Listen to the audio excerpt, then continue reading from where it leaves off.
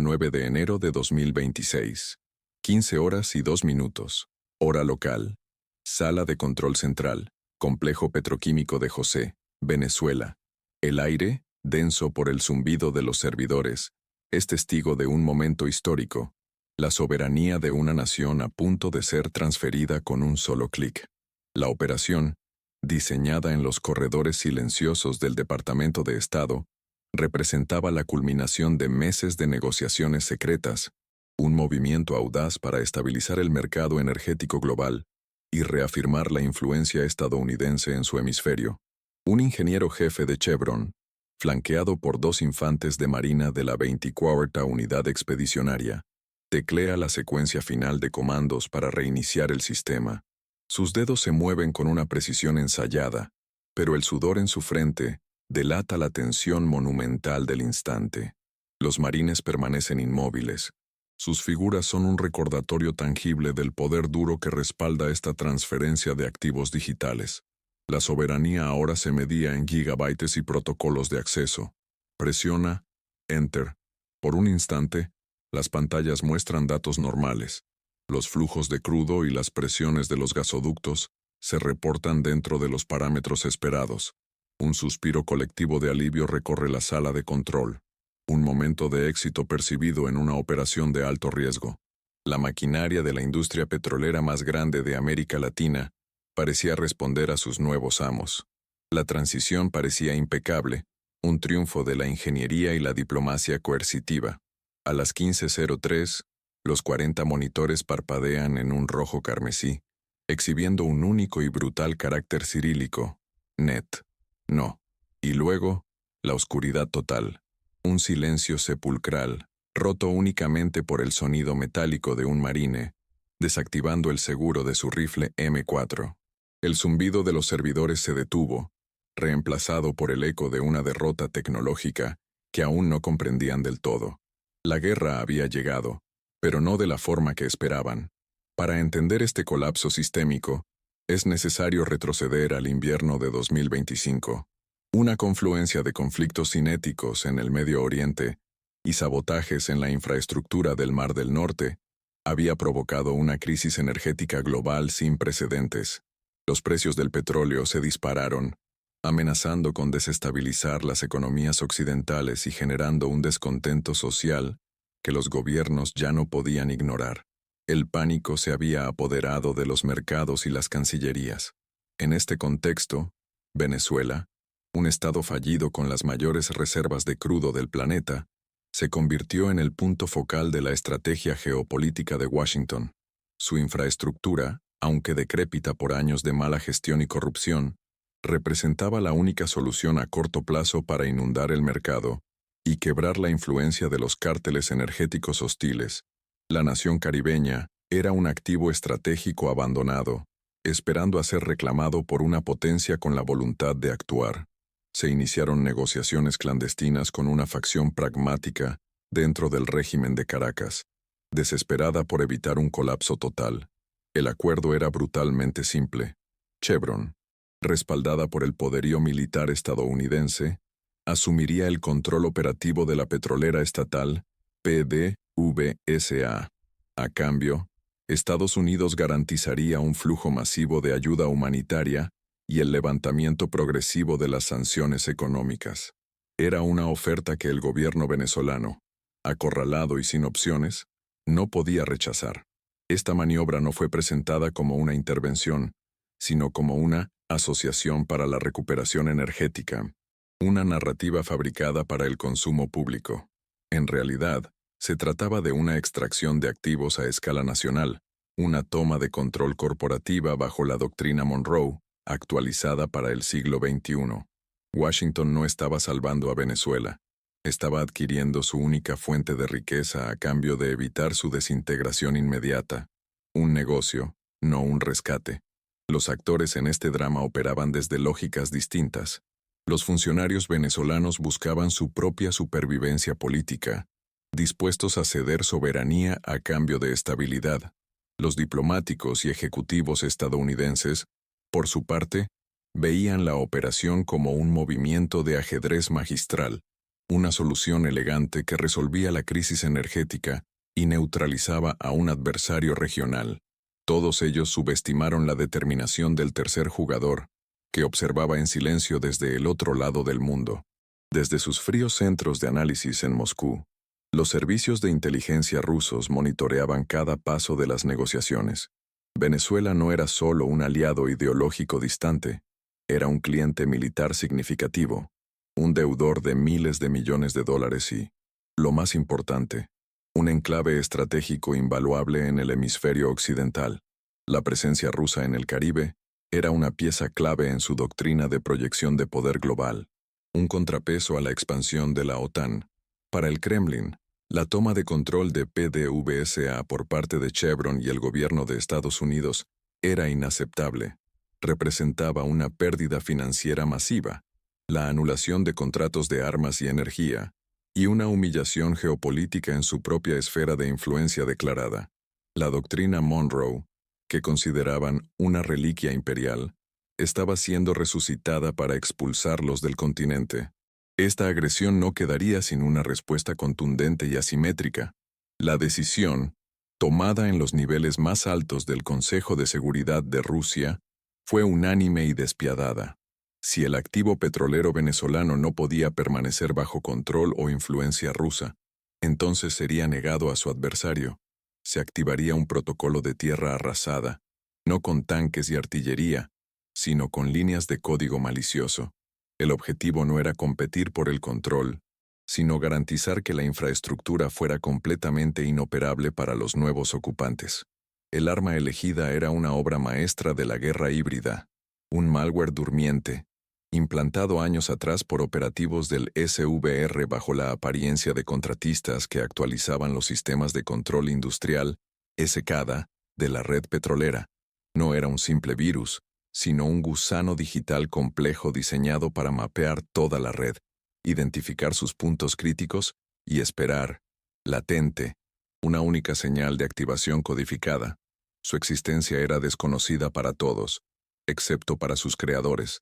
El 09 de enero de 2026, mientras el ingeniero de Chevron se preparaba para su secuencia de reinicio, un analista en una instalación anónima en las afueras de San Petersburgo envió un paquete de datos cifrados a través de una red de satélites. La señal, enmascarada como una actualización de rutina, despertó a la gente durmiente dentro de los servidores del complejo de José. El troyano estaba armado y listo para ejecutar su directiva final, la demolición digital total. De vuelta en la sala de control venezolana, el caos inicial dio paso a un terror tecnológico. Los ingenieros de Chevron, trabajando a la luz de las linternas de emergencia, intentaron acceder a los sistemas a través de terminales de respaldo. Descubrieron que el ataque no solo había apagado la red, sino que había corrompido irreversiblemente el firmware de cada controlador lógico programable. Los cerebros industriales de todo el complejo habían sido borrados, convertidos en ladrillos inútiles de silicio. Esto no era un simple apagón, era un acto de sabotaje industrial de una sofisticación aterradora. El malware no se limitó a cortar la energía. Su diseño era mucho más siniestro.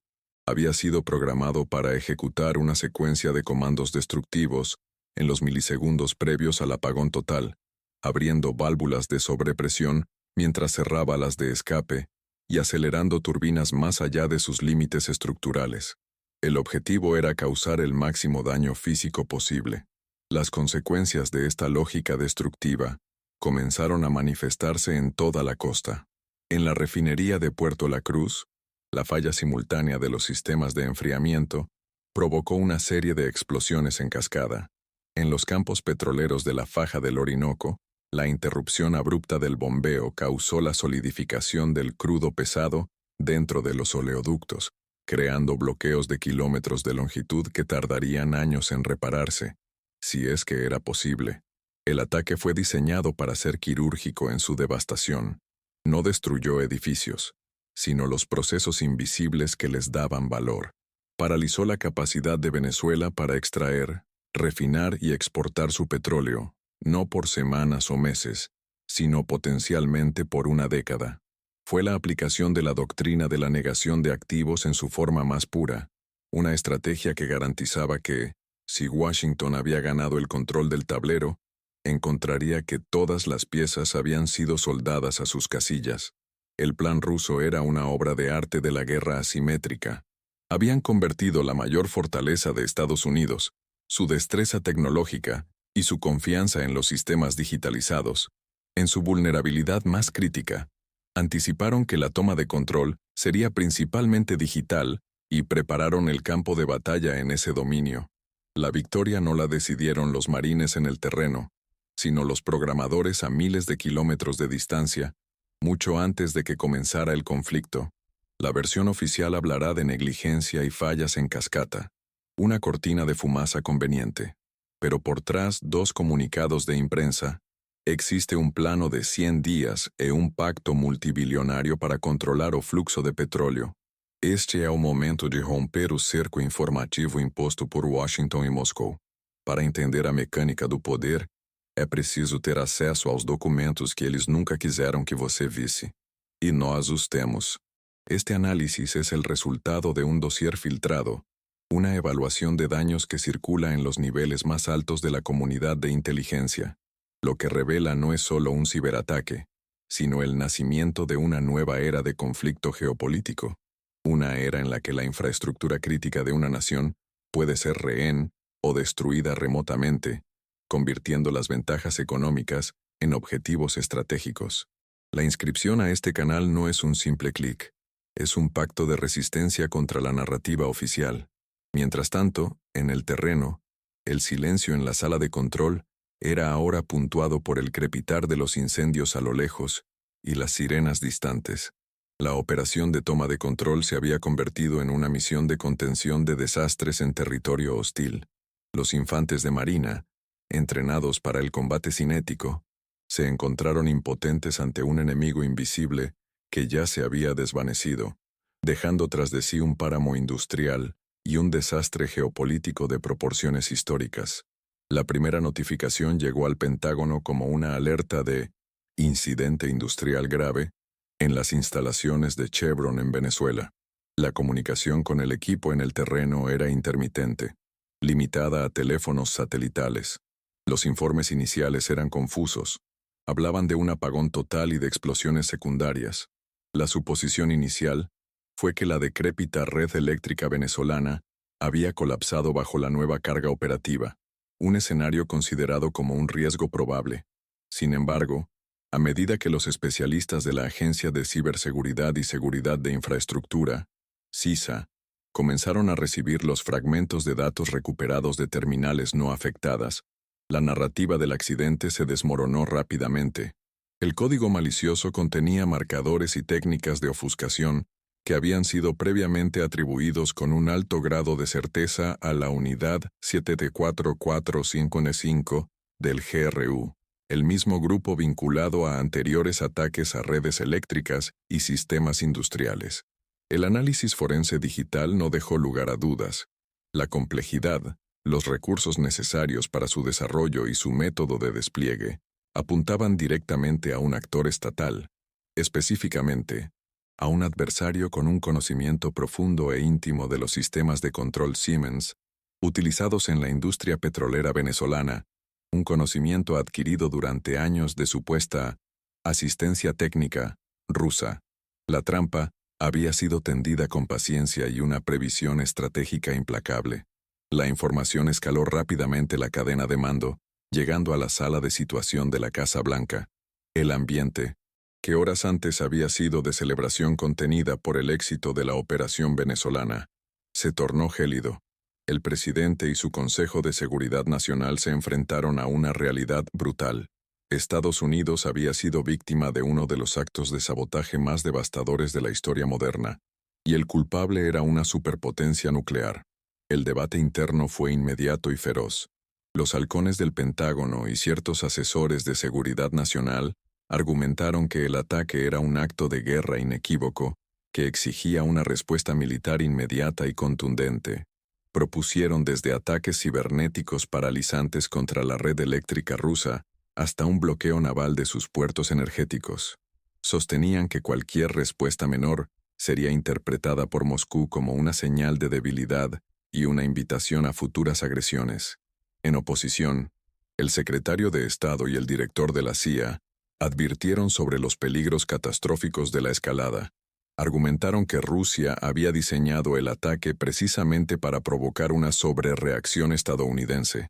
Un conflicto cinético con Rusia, por limitado que fuera, podría salirse de control rápidamente, llevando al mundo al borde de una confrontación nuclear. Sostenían que Moscú había creado un dilema perfecto. Responder con fuerza era arriesgarlo todo, mientras que no hacerlo era aceptar la derrota. La parálisis estratégica se apoderó de Washington. La brillantez del movimiento ruso residía en su ambigüedad calculada. Aunque la atribución técnica era sólida dentro de la comunidad de inteligencia, carecía de la evidencia irrefutable necesaria para justificar una guerra ante el público estadounidense y la comunidad internacional. Rusia negaría vehementemente su implicación, y muchos países, especialmente en el sur global, estarían dispuestos a creerles. Estados Unidos había sido superado en el tablero de la guerra híbrida. En Venezuela, las consecuencias del sabotaje fueron apocalípticas. La ya frágil economía colapsó por completo. Sin los ingresos del petróleo, el régimen no podía importar los alimentos y medicinas más básicos. La ayuda humanitaria prometida por Estados Unidos se volvió inútil, ya que la infraestructura para distribuirla dependía de la misma red energética que ahora yacía en ruinas. El país se sumió en una oscuridad literal y figurada, enfrentando una catástrofe humanitaria sin precedentes. La facción progubernamental que había negociado el acuerdo con Washington fue purgada, acusada de traición y de entregar la soberanía nacional a cambio de un espejismo. El poder fue consolidado por los elementos más radicales y antirrusos, ahora irónicamente dependientes de la misma Rusia que había precipitado su ruina.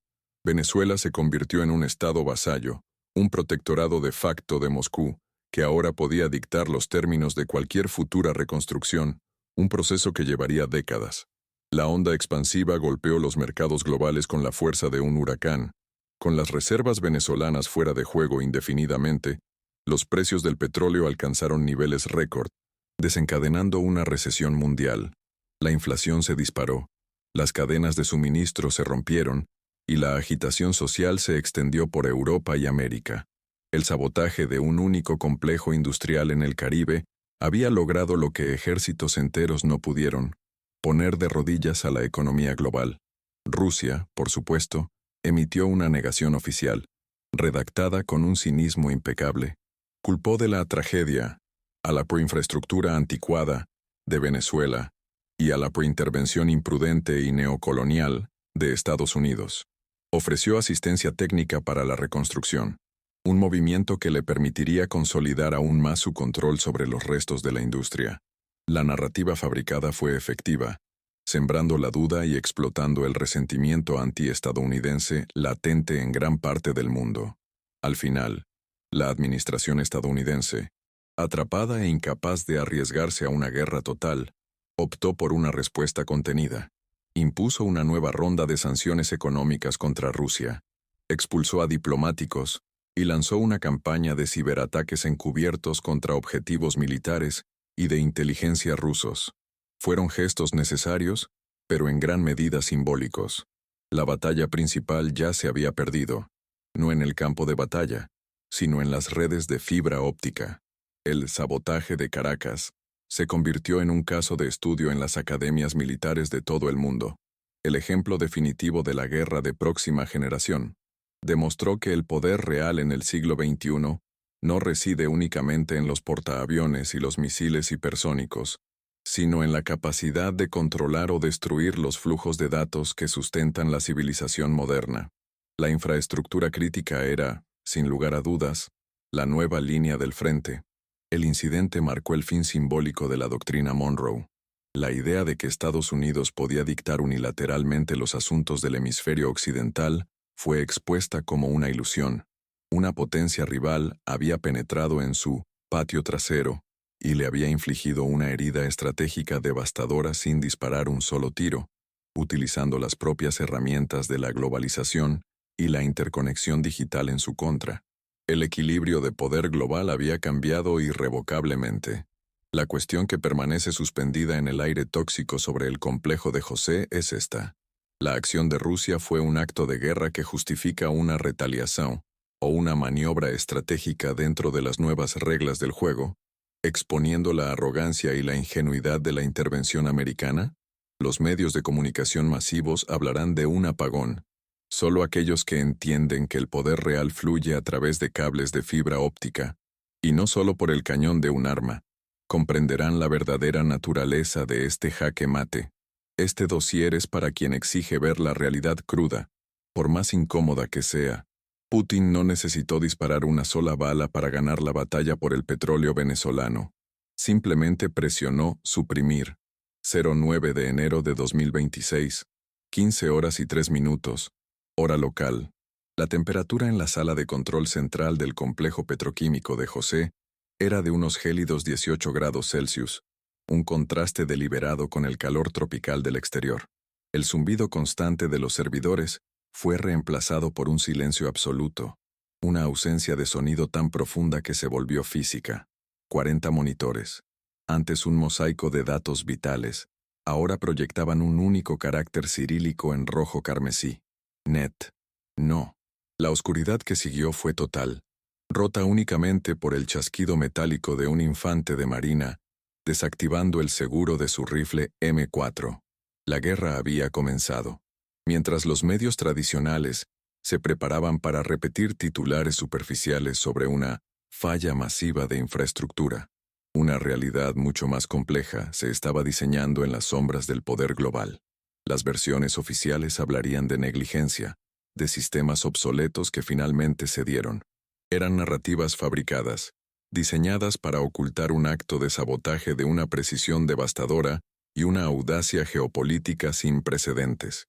Este no es un reportaje de noticias, es el dossier definitivo sobre el primer día de un nuevo tipo de conflicto mundial, un análisis que no encontrará en ningún otro lugar.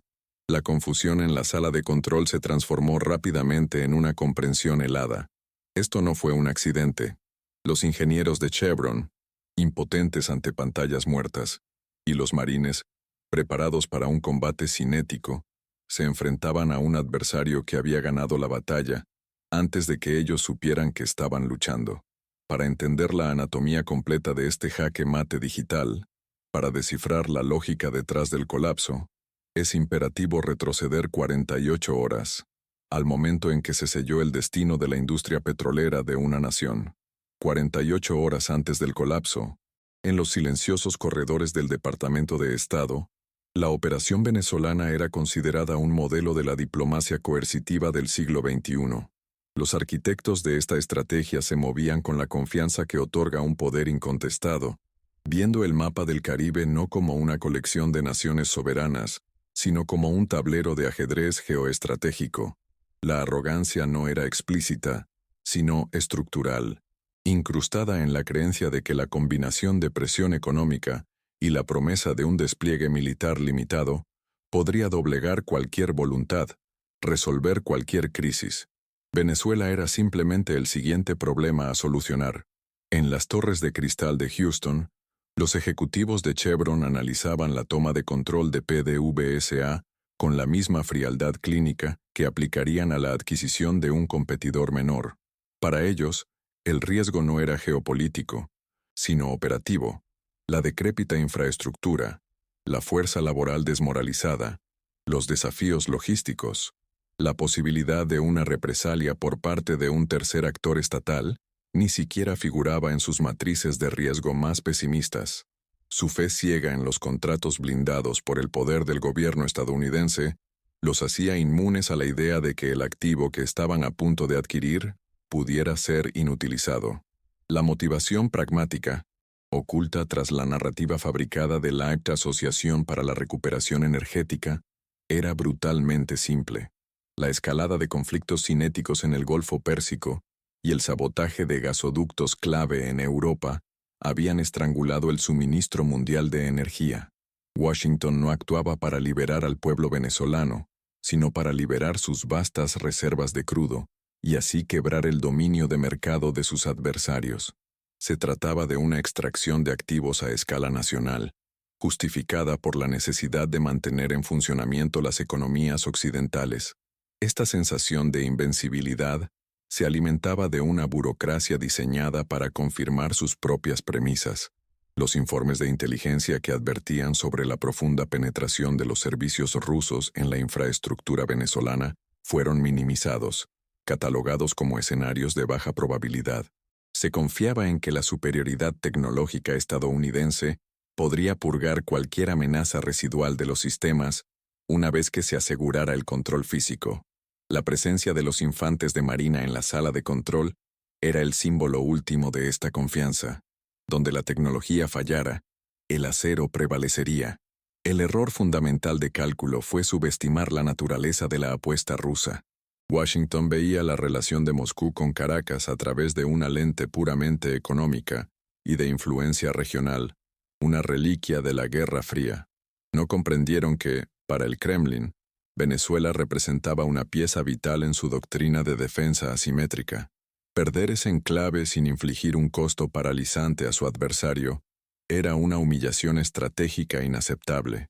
La lógica de Moscú no era competir por el control del activo, sino garantizar que si no podía ser suyo, no sería de nadie. Desde sus tronos de acero y cristal, los planificadores en Washington y Houston creían haber previsto cada movimiento posible en el tablero. Habían modelado la resistencia local, la inestabilidad política y el colapso mecánico. Habían preparado contingencias para cada escenario imaginable, convencidos de su dominio total del juego. No entendieron que su oponente no estaba jugando al ajedrez, estaba colocando explosivos bajo el tablero. Para que la toma de control fuera posible, primero era necesario aislar al objetivo. El cerco diplomático sobre Venezuela se había completado meses antes, con antiguos aliados regionales guardando un prudente silencio, paralizados por sus propias crisis internas o por la presión directa de Washington. La nación caribeña se había convertido en una isla geopolítica, sin socios capaces o dispuestos a ofrecerle un salvavidas. Sus reservas de oro soberano permanecían congeladas en bancos europeos, rehenes de un sistema financiero que ahora respondía a un único centro de poder. El estrangulamiento financiero fue el arma principal en esta fase preparatoria. Las sanciones sectoriales, perfeccionadas a lo largo de los años, habían cortado el acceso del régimen de Caracas a los mercados de capital y a la tecnología necesaria para mantener su propia industria petrolera. Esta asfixia económica deliberada no buscaba un colapso caótico, sino generar un nivel de desesperación controlado, el suficiente para forzar a una facción del gobierno a aceptar un acuerdo que en cualquier otra circunstancia habría sido considerado una rendición incondicional de su soberanía. Dentro de los gabinetes del Departamento de Estado y los directorios de Chevron, la operación era vista como un procedimiento quirúrgico, una simple cuestión de logística y ejecución técnica. Los informes internos hablaban de una transición operacional rápida, proyectando un cronograma de 90 días para restaurar el 50% de la capacidad de producción. La burocracia, con su característica falta de imaginación, había reducido un acto de intervención geopolítica a una serie de métricas y puntos de control en una presentación de PowerPoint. No había margen para el fracaso. Como respaldo a esta certeza administrativa, las piezas militares se movieron con una discreción calculada. El grupo de combate del portaaviones USS George H. W. Bush fue reasignado desde el Atlántico Norte a una patrulla de libertad de navegación en el Caribe, una posición desde la cual podía proyectar un poder aéreo abrumador sobre la costa venezolana en cuestión de horas. No era una amenaza de invasión, sino un recordatorio contundente del poder duro que garantizaba la ejecución del acuerdo, una forma de diplomacia coercitiva del siglo XXI. Simultáneamente, en Washington, los abogados del Consejo de Seguridad Nacional redactaron la orden ejecutiva que daría cobertura legal a la operación. El documento, clasificado como secreto de Estado, autorizaba a Chevron a actuar como contratista principal del gobierno de E.E. bajo la Ley de Producción de Defensa, enmarcando la toma de control de activos extranjeros como una cuestión de seguridad energética nacional.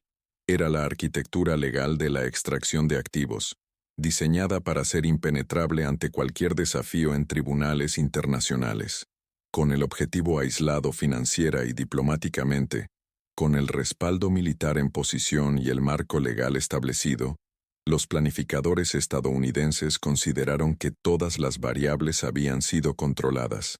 Se habían preparado para protestas locales, para la resistencia de facciones leales al régimen y para posibles fallos técnicos en la decrépita infraestructura. La confianza en su dominio del espectro completo de la operación era absoluta. La trampa estaba perfectamente montada, pero apuntaba al enemigo equivocado. La versión oficial hablará de negligencia y fallas en cascada. Una cortina de humo conveniente, diseñada para el consumo masivo por agencias de relaciones públicas y portavoces del Departamento de Estado. Presentarán el incidente como la consecuencia inevitable de años de desinversión en una infraestructura crítica, un colapso sistémico esperando a ocurrir. Esta narrativa fabricada sirve a un doble propósito. Absuelve a los planificadores estadounidenses de su ingenuidad estratégica y oculta la verdadera naturaleza de la operación, que nunca fue un rescate, sino una extracción de activos a escala continental. Detrás de los comunicados de prensa y las conferencias televisadas, existía un plan de 100 días y un pacto multibillonario para controlar el flujo de cada barril de petróleo venezolano. La operación no fue un mero intento de estabilizar los mercados energéticos. Fue el movimiento final en una campaña de asfixia económica, diseñada para forzar la transferencia de la única fuente de riqueza de la nación. La falla no estuvo en la ejecución técnica de la toma de control, sino en la arrogancia de creer que sus adversarios jugarían bajo las mismas reglas limitadas del conflicto convencional. El plan de Washington y Chevron era una obra maestra de la ingeniería financiera y legal, no de la reconstrucción humanitaria.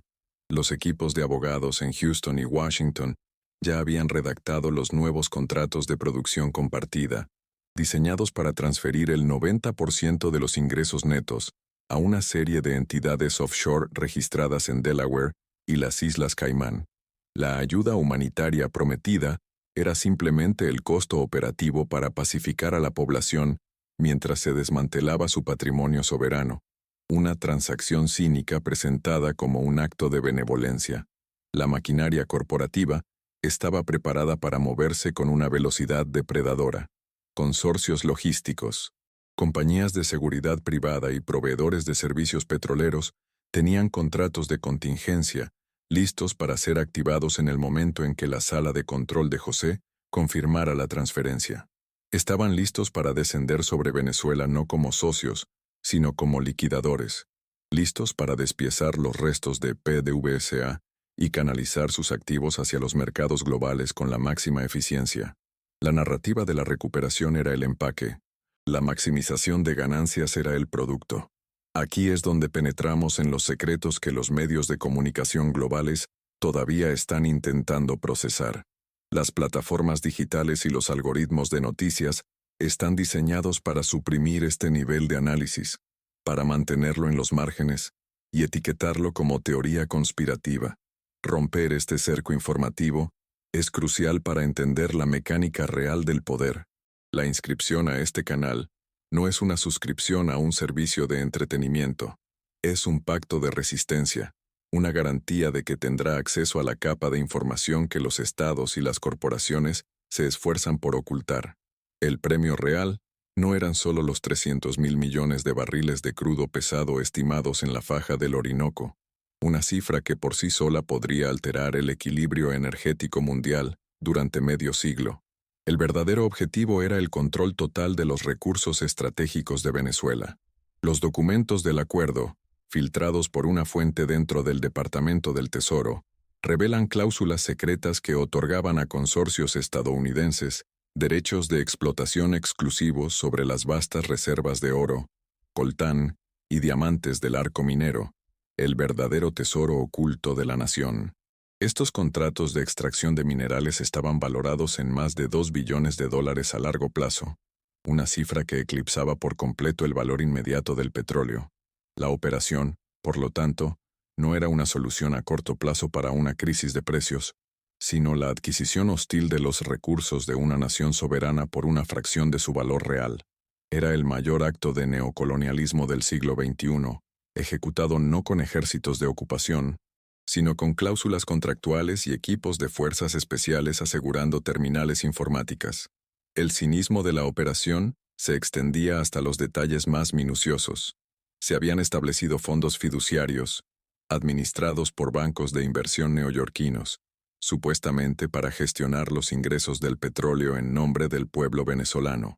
En realidad, sus estatutos permitían que la mayor parte de los fondos se reinvirtiera en bonos del Tesoro de EEU y en las propias empresas que participaban en la reconstrucción, creando un circuito cerrado de capital que garantizaba que la riqueza de Venezuela nunca regresara a sus legítimos dueños. Todo el andamiaje legal, financiero y militar estaba perfectamente sincronizado para una adquisición impecable. Desde la presión diplomática hasta la redacción de contratos leoninos, cada paso fue calculado con una precisión implacable. Los planificadores de Washington habían anticipado y neutralizado toda posible resistencia interna, asegurando que la élite local que facilitó el acuerdo fuera recompensada y protegida. Habían planeado la adquisición hasta el último detalle, pero nunca consideraron la posibilidad de una aniquilación remota del propio activo. A las 15:03, el silencio en la sala de control no era una ausencia de ruido, sino una presencia física y opresiva. Las luces de emergencia, alimentadas por baterías, se encendieron con un zumbido anémico, bañando la habitación en un resplandor rojo y fantasmal. El ingeniero jefe de Chevron, un hombre acostumbrado a la lógica predecible de los sistemas, permaneció congelado por un instante, con los dedos aún sobre el teclado. Los infantes de marina reaccionaron por instinto, adoptando posturas defensivas, sus armas apuntando a sombras que no representaban ninguna amenaza. La respuesta física a una agresión no física. El ingeniero, volviendo en sí, comenzó a ejecutar los protocolos de emergencia con una eficiencia casi robótica. Desconectó su terminal de la red principal y la conectó directamente a un puerto de diagnóstico del servidor central, un intento desesperado por encontrar un punto de acceso no comprometido. El sudor frío en su frente no era por el calor, sino por la comprensión creciente de que la falla no era local, era sistémica, absoluta. Cada intento de comunicación con los controladores lógicos programables regresaba a un único resultado: dispositivo no encontrado. Mientras tanto, el oficial al mando de la unidad de marines, un teniente coronel con experiencia en entornos de contrainsurgencia, recibía las primeras comunicaciones fragmentadas a través de su radio satelital. Las voces del otro lado no eran las de soldados bajo fuego, sino las de ingenieros y supervisores de campo presas del pánico.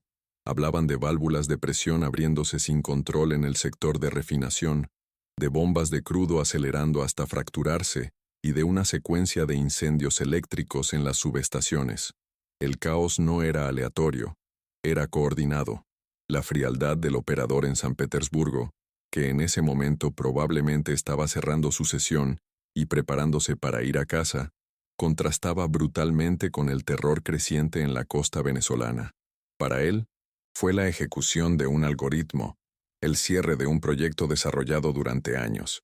Para los hombres en el terreno, fue el colapso del mundo, la guerra asimétrica en su máxima expresión, la calma del verdugo remoto frente a la agonía incomprensible de la víctima en el punto de impacto.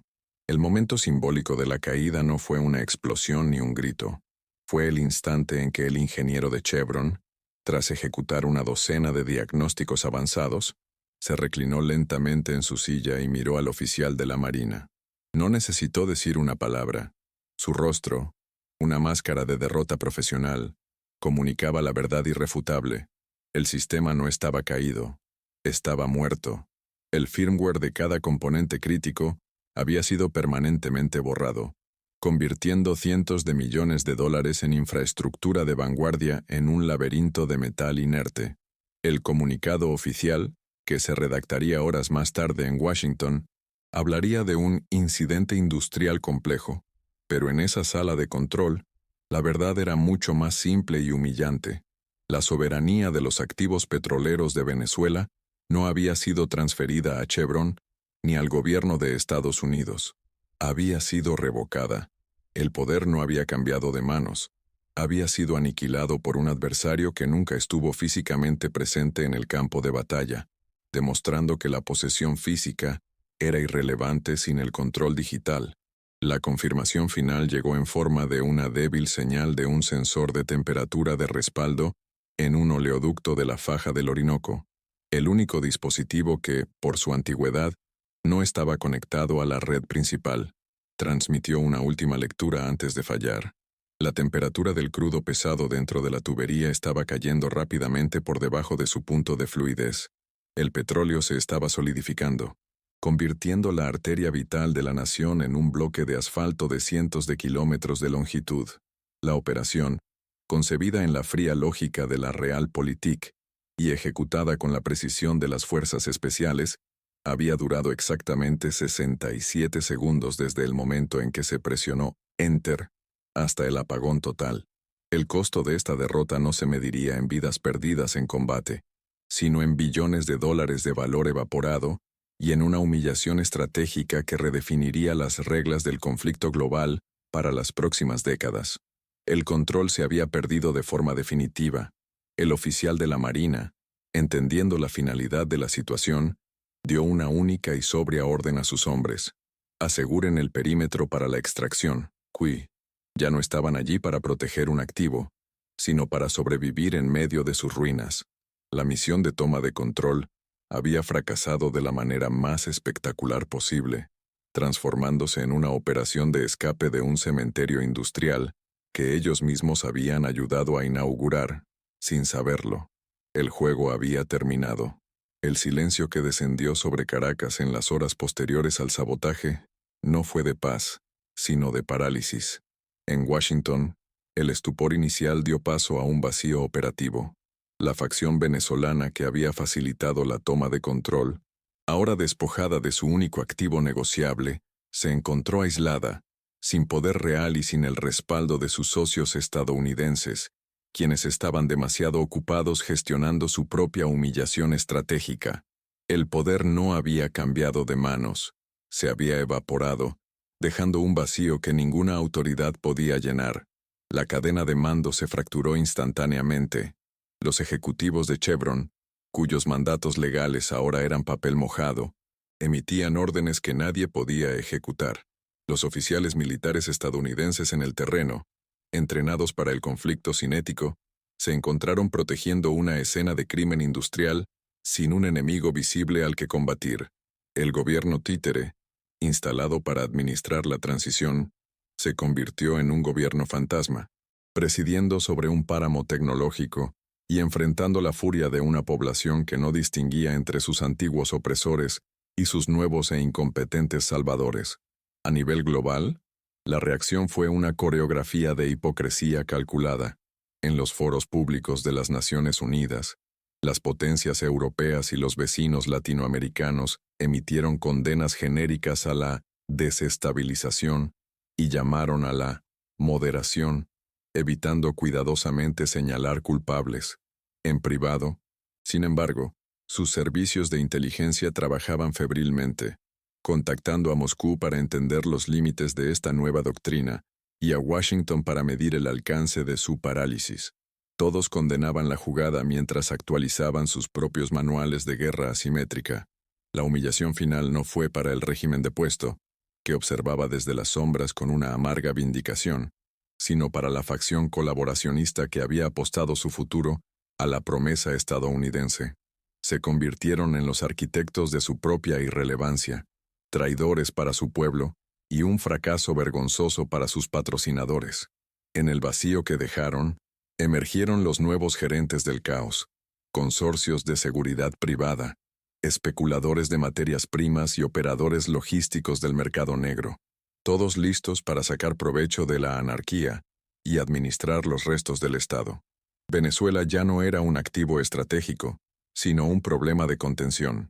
La misión de Estados Unidos mutó de una extracción de activos a una operación de control de daños, enfocada en prevenir un colapso humanitario que desbordara las fronteras y creara una crisis de refugiados a escala continental.